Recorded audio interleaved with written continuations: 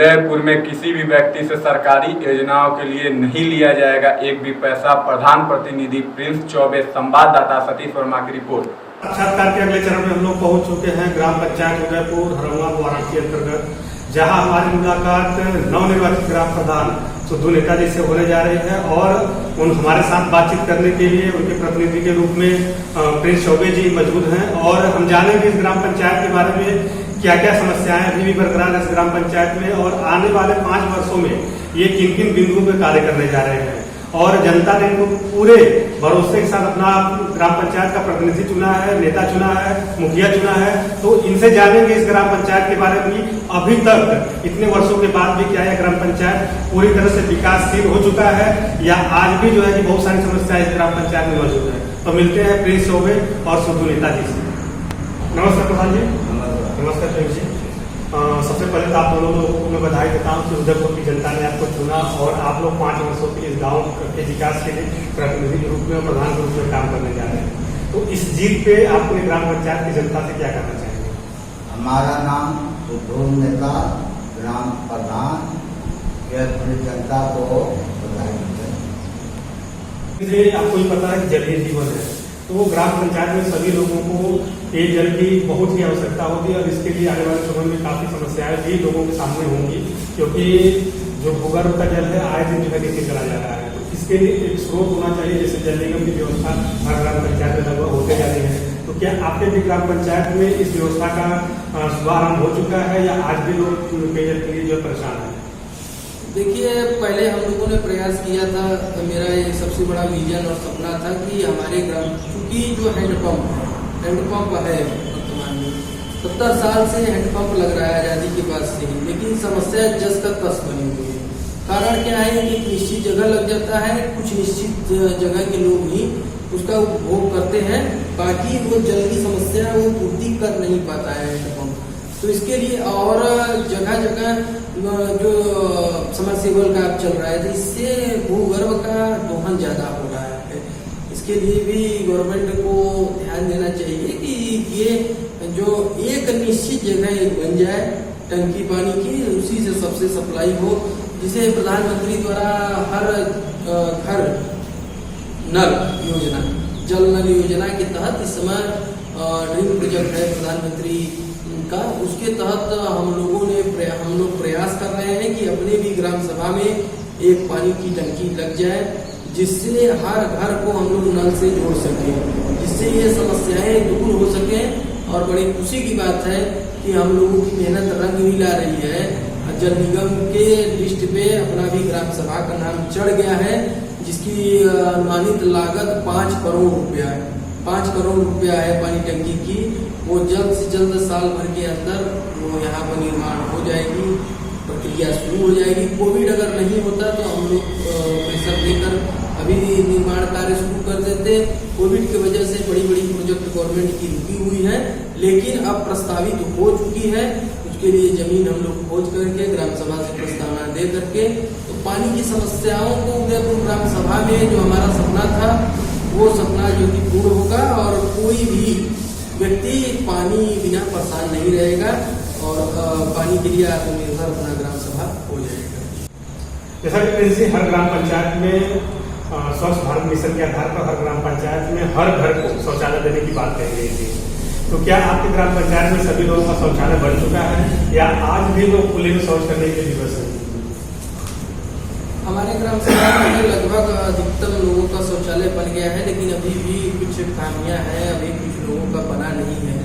तो हम अब योजना, चूंकि उस समय चरण बहुत तेजी 2014 के बाद तेजी से चली थी, इस समय अभी डाउन है वो योजना कोविड की वजह से। जैसे ही वो आएगी अन्य लोगों के लिए भी हम लोग व्यवस्था करेंगे।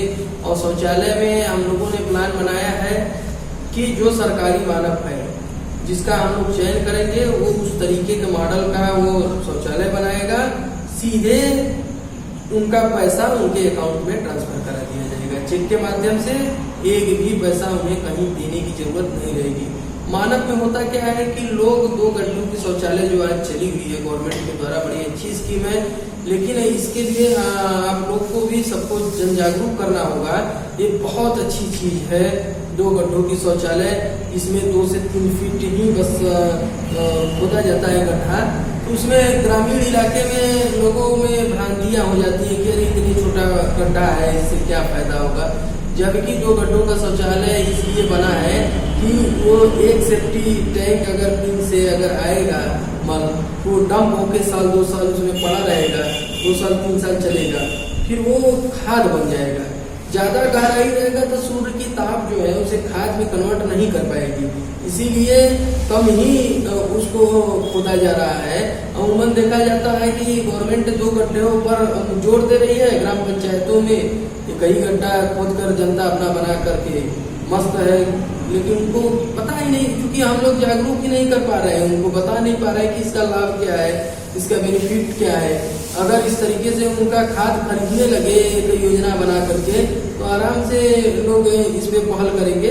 जो भी शौचालय की और समस्याएं हैं हम लोग सर्वे कराएंगे, जो जेन्युइन लोग हैं सच में जिनके घर में नहीं है शौचालय, एक शौकिया भी आजकल चल रहा है कि हमें भी चाहिए, उसके लिए गवर्नमेंट नहीं है, गवर्नमेंट प्रोत्साहन राशि उसे दे रही है जो एकदम निरीह है, जो नहीं बनवा सकता, जो जाने को विवश है। आज प्रधानमंत्री की बहुत बढ़िया एक आज़ादी के बाद से अभियान, क्योंकि पूरे विश्व में इसका नाम है, जो हमें गंदगी से बचा रही है, हर चीज़ों से बचा रही है, अपराध से बचा रही है। पहले शाम को महिलाएं जाती थी, अपराधीकरण भी इसीलिए हो जाता था, अपराधीकृत भी हो जाता था। तो अब जो है कि घर में रह रही है तो उसका देखभाल करके हम लोग प्रयास करेंगे कि उसको चरणबद्ध तरीके से जो लोग बचे हैं उनको भी ODF हम लोग अपना ग्राम सभा को खुले में शौच मुक्त बनाने का हम लोग का प्रयास रहेगा। ग्राम पंचायत में पूर्वजों द्वारा तालाब का निर्माण करवाया गया था ताकि उस ग्राम पंचायत में तालाबों में पानी रहे, बरसात का पानी रहे और आपका जो वाटर लेवल है वो मेंटेन रहे, ताकि लोगों को पेयजल की समस्या न हो। लेकिन आज बहुत सारे ग्राम पंचायतों के तालाब फट चुके हैं, खत्म हो चुके हैं, या किसी कारणवश जो है उसकी सही ढंग से देख रेख नहीं होती है, तो वो बहुत ही दयनीय स्थिति पहुंच जाती है। क्या आपके भी ग्राम पंचायतों में जो है कि ऐसी स्थिति बनी हुई है, या आपके ग्राम पंचायत के तालाब सही ढंग से? तालाबों की दृष्टि से देखा जाए तो हमारे ग्राम सभा में भी 2 दर्जन से ऊपर तालाब हैं। छोटे बड़े तालाबों को अगर मिलाकर देखा जाए तो 2 दर्जन तालाब यहाँ भी हैं। हम लोगों का एक प्लान बन रहा है, क्योंकि छठ पूजा, द्वितीया पूजा, इसके लिए लोगों को परेशानी होता है, और जो हमारे शास्त्रों में शुद्ध कर्म किया जाता है उसके लिए भी अगर एक जगह निर्धारित हो जाएगा तो लोगों, आज पहले था कहीं भी आदमी कुछ कर लेता था, आज के समय में प्लाटिंग की व्यवस्था हो गई है, किसी के घर पास में नहीं किया जा रहा है। तो हम लोग लेखपाल साहब से बात हुआ है तो उसको चरणबद्ध तरीके से कहाँ तालाब है उसको मनरेगा नरेगा द्वारा लगा करके उसको खुदाई कराया जाएगा तालाब को, और वाटर लेवल के लिए भी काम करेगा और जो पारंपरिक चीजें हैं उसके लिए भी काम करेगा। तो दोनों के लिए हम लोग तालाबों के लिए व्यवस्था करेंगे, और जहाँ अतिक्रमण है उसको हटाने का भी प्रयास करेंगे तालाबों पर से, ताकि वो जनहित के लिए रहे। और तालाबों से हम लोग को आगे भी है कि उसको हम लोग सोच रहे हैं कि स्वरोजगार से जोड़ा जाए, जो गरीब नवयुवक है उनको मत्स्य पालन के लिए प्रोत्साहित किया जाए। एक टीम बनाकर 10 नवयुवकों की टोली बना करके एक तालाब को, उससे फायदा ये होगा कि ग्राम पंचायत की भी आय में वृद्धि होगी, दूसरा फायदा नवयुवकों को स्वरोजगार मिलेगा, तीसरा उसी बहाने तालाब का देख रेख भी रहेगा। तो इसके लिए एक मास्टर प्लान हम लोग तैयारी कर रहे हैं।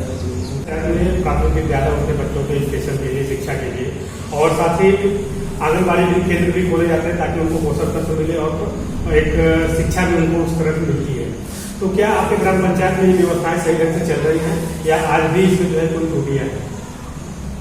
शिक्षा के क्षेत्र में हमारे ग्राम सभा में अभी जो हम लोग सपना सजाए थे उस स्तर पे तो नहीं देखी जा रही, लेकिन हम लोग आगामी 5 वर्षों में प्रयास करेंगे कि शिक्षा के क्षेत्र में अपने जनपद में हमारा उदयपुर ग्राम सभा प्रथम स्थान हो, इसके लिए भी हम लोगों ने एक तैयारी की हुई है और तमाम सामाजिक संगठनों से भी बात कर रहे हैं।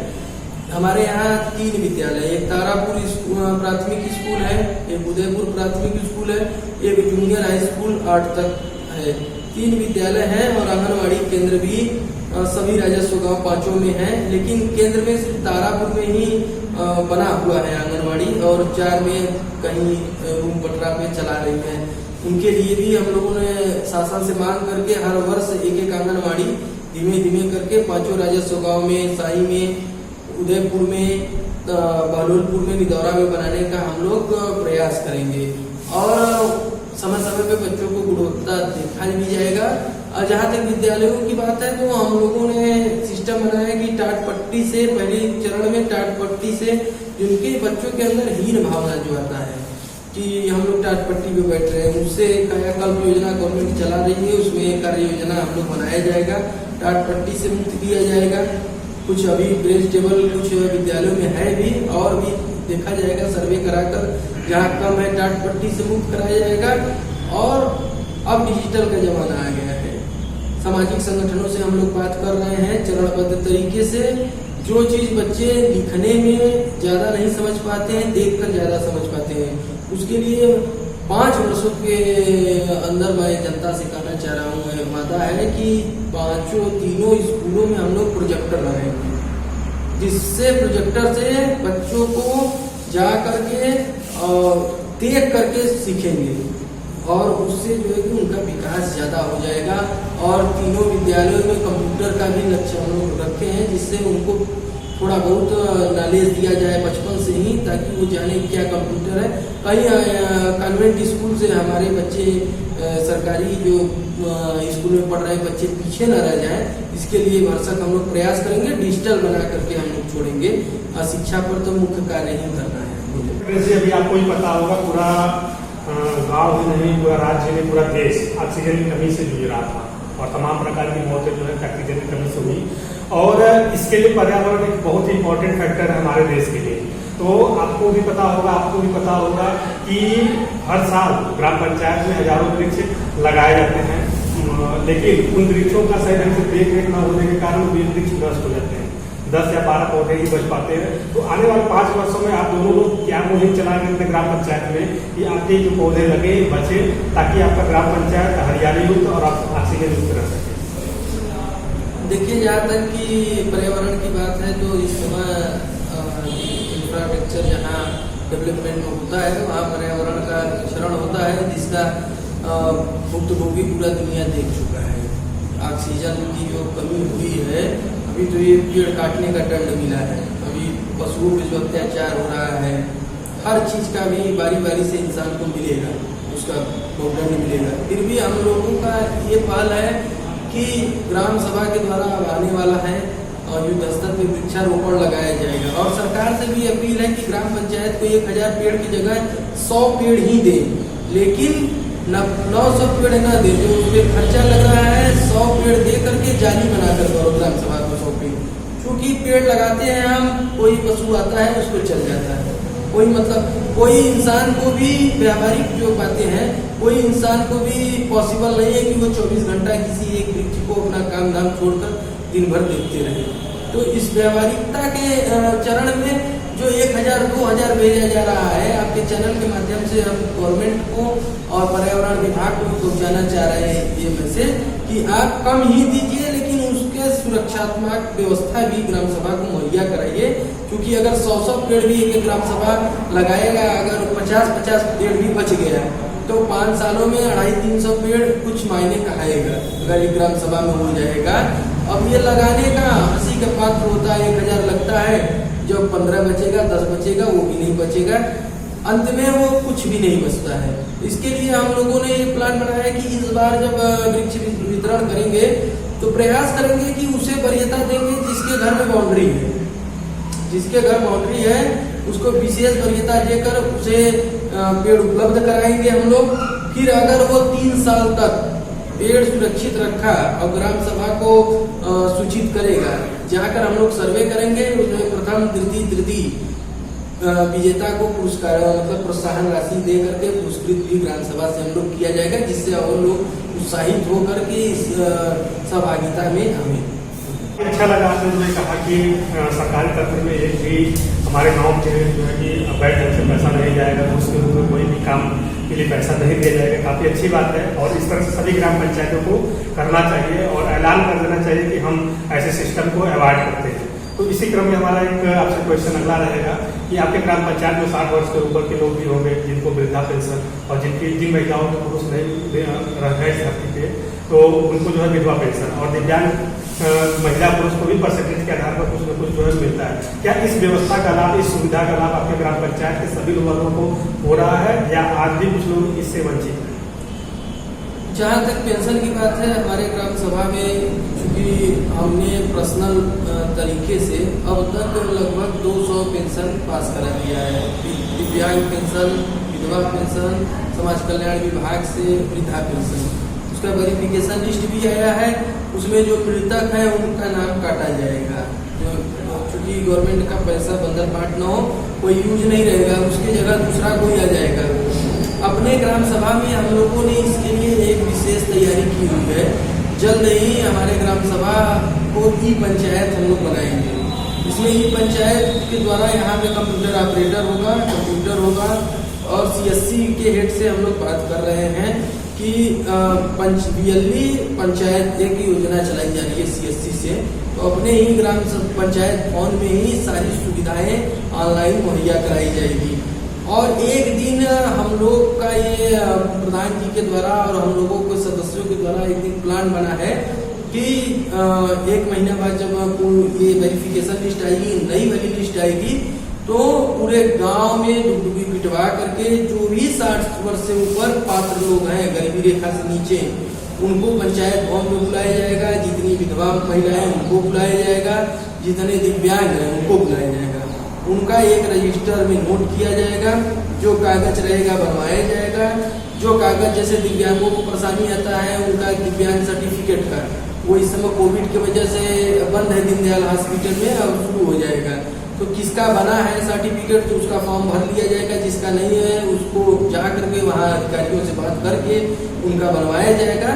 तो एक चरणबद्ध तरीके से बृहद पैमाने पे, क्योंकि जनता को लाभ चाहिए, जो भी सरकारी योजनाएं चल रही हैं, तो इसके लिए हम लोग कार्य करेंगे और एक मेला लगा करके सभी लोगों को बुला करके उनको लाभ दिया जाएगा। आपको पता होगा कि शासन द्वारा गरीबी रेखा के नीचे जीवन यापन करने वालों को राशन कार्ड की व्यवस्था कराती है, ताकि उनको सस्ते दर पे राशन मिले और वो अपना जीवन यापन कर सके। लेकिन हर ग्राम पंचायत में बहुत सारे लोगों की शिकायतें आती है कि हम पात्र होते हुए भी हमें इस व्यवस्था का लाभ नहीं मिल रहा है और जिनके पास सारी व्यवस्था होते हुए भी उनको इस सुविधा का लाभ मिल रहा है। तो क्या आपके भी ग्राम पंचायत में ऐसी व्यवस्था बनी हुई है या ऐसी जो है कि अनियमितता है जिससे लोग परेशान? हमारे यहाँ सबसे ज्यादा शिकायत हमारे ग्राम सभा में राशन, अभी तो हम लोगों ने शपथ लिया है 2 दिन पहले, सबसे ज्यादा शिकायत राशन कार्ड को ही लेकर की है। क्योंकि जनगणना 2011 में हुआ था, अब 21 में होने वाला है। तो 21 में जो जनगणना होगा उसमें हम लोग प्रयास करेंगे पारदर्शिता रूप से जो गरीबी रेखा से नीचे लोग हैं उनका सर्वे करा करके सही तरीके से जो सच में पात्र हैं वो राशन कार्ड लें। जो जिनके पास उसमें मैनुअल है, 4 व्हीलर गाड़ी है, AC जिसके पास है, वो राशन कार्ड। और मानवता के नाते भी उन लोगों को चाहिए कि गरीबों के लिए त्याग देना चाहिए। ठीक है, मानवता के दृष्टि से भी राशन कार्ड पहले एक परिचय पत्र रहा करता था, अब वो परिचय पत्र का जरूरत नहीं है। राशन कार्ड अब गरीबों को राशन के लिए है।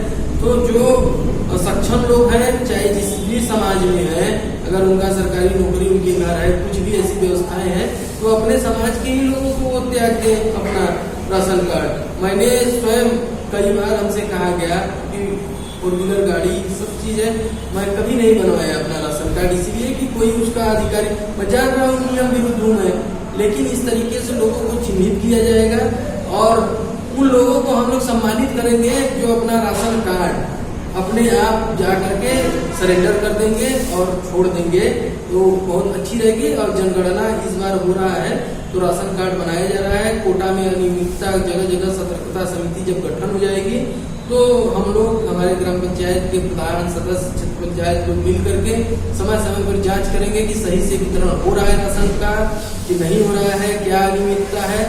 और सबसे बड़ी समस्या है कि हमारा ग्राम सभा जो है कि बड़ा ग्राम सभा है, यहाँ का जो कोटा है उसको बढ़ाने की जरूरत है। इसके लिए हम लोग जिला खाद्य आपूर्ति विभाग के अधिकारी से भी बात करेंगे कि कोटा 100-200 लोगों का एक्स्ट्रा ये जनगणना में बढ़ाएं, जिससे जो है कि अन्य लोग भी लाभान्वित हो सके। जैसा कि प्रिंस जी आपको भी पता होगा, अभी इस ग्राम पंचायत में काफी वर्षों से रह रहे हैं, तो जैसा कि आपने बताया अभी 5 मौजों से मिलकर के 5 ग्राम सभाओं से मिलकर ग्राम पंचायत उदयपुर बना हुआ है, तो क्या हर जगहों पे आने जाने के लिए रास्तों में समस्या खत्म हो चुकी है, या आज भी किन्हीं बस्तियों में या किसी ग्राम पंचायत में जाने के लिए आपको जो है कि रास्तों के लिए दिक्कत होती है लोगों को? देखिए, अपना जो उदयपुर ग्राम सभा है, हरमुआ ब्लॉक का विकास खंड का चौथा सबसे बड़ा ग्राम सभा है। तो यहाँ 5 की राजस्व गांव है, बड़ा ग्राम सभा होने की वजह से हर बस्तियों में रास्तों की समस्या है। हम लोगों ने 60 रास्तों को चिन्हित किया है जो अभी कच्चा है वो रास्ता, उस पर हम लोग आगामी 5 वर्षों में चरणबद्ध तरीके से उसे खड़ंजा इंटरलॉकिंग से रखने का प्रयास किया जाएगा। बाकी कुछ रास्ते ब्लॉक प्रमुख कोटा से, कुछ रास्ते जिला पंचायत से, कैबिनेट मंत्री जी द्वारा भी दिया गया 50-50 लाख का यहाँ 2 रास्ता लाया गया, हम लोग बनवाए हैं जहाँ 70 साल रास्ता नहीं था। तो इस तरीके से विभिन्न अपने ग्राम सभा से भी और बाहरी मदों से ला करके पूर्ण प्रयास रहेगा कि 5 साल बीते 60 रास्ता मतलब कच्चा वही न रहे, हर जगह खड़ंजा कम से कम आदमी को आने जाने के लिए। मूल हमारे ग्राम सभा का उद्देश्य रास्ता ही है। हम लोगों ने जनता से वादा भी किया था रास्ता के लिए, उसी पर जनता ने समर्थन भी किया है हम लोगों को। रास्ता हमारा प्रथम वरीयता है कि जो लोग कच्चे रास्ते जैसे हैं जहाँ उसको किसी भी प्रकार से ग्राम पंचायत तो पिच रोड और सीसी बनाएगी नहीं, लेकिन खड़ंजा हमारे अधिकार में है। खड़ंजा हम लोग युद्ध स्तर से लगेंगे। 5 वर्षों में 60 एक वर्ष में 4 से 5 रास्ता बना सकता है ग्राम सभा। तो इस लक्ष्य से भी हम लोग चलेंगे तो 25-30 में ही रह जाएंगे, फिर भी आधा लक्ष्य रहेगा। इसके लिए हम विभिन्न मदों से जिला पंचायत से भी प्रयास करेंगे, अपने ब्लॉक क्षेत्र पंचायत से भी प्रयास करेंगे, राज्य सरकार से भी प्रयास करेंगे, सेंट्रल गवर्नमेंट से भी प्रयास करेंगे। किसी प्रकार से प्रयास किया जाएगा और रास्ता 5 साल में उदयपुर ग्राम सभा का कोई रास्ता बचेगा नहीं। सबसे ज्यादा समस्या इस समय कॉलोनी वासियों को हो रहा है, जो प्लाटर अपना डेवलप करके चले जा रहे हैं और बाहर जो है कि ग्राम पंचायत या प्रतिनिधियों पे पड़ रहा है और प्लाट करके चले जा रहे हैं। इस समय सबसे ज्यादा उन्हें परेशानी हो रहा है, उनकी भी परेशानी को हम लोग हल करेंगे। और समय थोड़ा सरकारी कार्य है, पेशेंस रखना होगा, जनता को पेशेंस रखना होगा। 5 साल जाते जाते हम लोग पूरा 60 रास्ता कवर कर देंगे। अब तक बिना किसी पद पे रहे भी हम लोगों ने विपक्ष में थे भी, तब भी बड़े रास्तों को लगभग 1.5 करोड़ के रास्तों को हम लोगों ने यहाँ पे बनवाया है गवर्नमेंट से। कैबिनेट मंत्री अनिल राजभर जी द्वारा, अनुराग पांडे जी द्वारा लाकर बनवाया गया है और भी जनप्रतिनिधियों का सहयोग लेकर के और अपने निधि से हम लोग पूर्ण करने का प्रयास करेंगे। जैसा कि हर ग्राम पंचायत की बहुत बड़ी समस्या होती है जल जमाव को लेकर के, बरसात आने में बहुत सारी समस्याओं को सामना करना पड़ता है लोगों को, और तमाम प्रकार की बीमारियां गंदे पानी से निकलती हैं और लोगों को गंदे पानी में चलने के लिए विवश होना पड़ता है। क्या आज भी आपके ग्राम पंचायत में ऐसी स्थिति बनी हुई है कि लोगों को गंदे पानी से गुजरना पड़ रहा है और हर जगह बस्तियों में जो है कि जल की समस्या बनी हुई है? जी, इस समय भी फिलहाल जैसे अभी हम लोग नया चार्ज लिए हैं और यहाँ पे भी जल जमाव की समस्याएं हमारे उदयपुर ग्राम सभा में 5 राजस्व गाँव है, जिसमें तारापुर, साई, उदयपुर, बरलोलपुर, निगौरा, ठीक है ना। तो सभी बस्तियों में जल जमाव की समस्या बनी हुई है। उसके लिए जब हम लोग भी प्रयास करेंगे नाली के द्वारा, फिर जगह जगह रेनिंग हार्वेस्टर सिस्टम भी बनाया जाएगा, जिससे पानी जो है वो गर्भ में चला जाए, जिससे उसका वाटर लेवल बढ़े। तो इसके लिए हम लोग आगामी प्रयास किया जाएगा और इस पर हम लोग कार्य करेंगे। जल जमाव की समस्या नालियों द्वारा नहर में निकाला जाएगा, तो इसके लिए कार्य किया जाएगा हम लोग। जैसा कि जो है कि हर ग्राम पंचायत में गरीब वर्ग के लोग होते हैं जिनको आज भी छत नहीं मिल पाया है, जैसा कि प्रधानमंत्री आवास योजना के अंतर्गत ऐसे लोग जो कच्चे मकान में रहते हो या जिनको झुग्गी झोपड़ी में रहने के लिए विवश होना पड़ रहा है, तो ऐसे लोगों को आवास की सुविधा उपलब्ध कराई गई है। तो क्या आज भी आपके ग्राम पंचायत में कुछ लोग ऐसे हैं जिनको बरसात के वक्त या जो है तूफान आने पे तमाम प्रकार की समस्याओं का सामना करना पड़ता है? जी, चूँकि हमारा ग्राम सभा अनुसूचित जाति अनुसूचित जनजाति के भी लोग हैं यहाँ पर, और ये समस्याएं यहाँ भी विद्यमान है। प्लान प्लस पर 32 आवास जो है चढ़ाए गए हैं, जो अभी और भी जरूरी है। 30-32 लोग और भी ऐसे हैं ग्राम सभा में जो इस प्रकार से जिनकी झोपड़ी या कच्चे मकान में रह रहे हैं। आवास में भी देखा जाता है अमूमन की जिसके पास घर रहता है उसको दे दिया जाता है, जिसके पास नहीं है नहीं दे। यहाँ पारदर्शिता कर दिया गया है। और उत्तर प्रदेश का पहला उदयपुर ग्राम सभा है जिसने अमूमन भ्रष्टाचार आप जान रहे हैं कि हर गांव में अधिकारी के नाम पे इसके नाम पे 10-20 हजार एक आवास में 1,30,000 आया तो लोग ले लेते हैं। हम लोगों ने जिस दिन सत्ता संभाला उसी दिन हम लोगों ने ऐलान किया कि जिस उदयपुर ग्राम सभा उत्तर प्रदेश में पहला ग्राम सभा रहेगा जो 1 रुपया भी किसी का भी न लिया जाएगा। और अधिकारियों को भी चेतावनी दे दिया गया है, ग्राम सचिव हो चाहे ब्लॉक के अधिकारी को, उदयपुर ग्राम सभा में 1 पैसा किसी भी पात्र जिसके खाते में आएगा नहीं लिया जाएगा। जिस दिन उनका आवास कंप्लीट हो जाएगा उस दिन हम लोग अपने सदस्यों को मिल करके चंदा लगाकर 501 रुपया उनको दिया जाएगा गृह प्रवेश वाले। तो इस तरीके से हम लोगों ने योजना रचना बनाया है, पूरी तरीके से भ्रष्टाचार मुक्त तरीके से। जो गरीब हैं पात्र हैं उन्हीं को मिलेगा, और कोई ऐसा चाहेगा जिसके पास अगर सरकार का गवर्नमेंट का पैसा बंदरबाट नहीं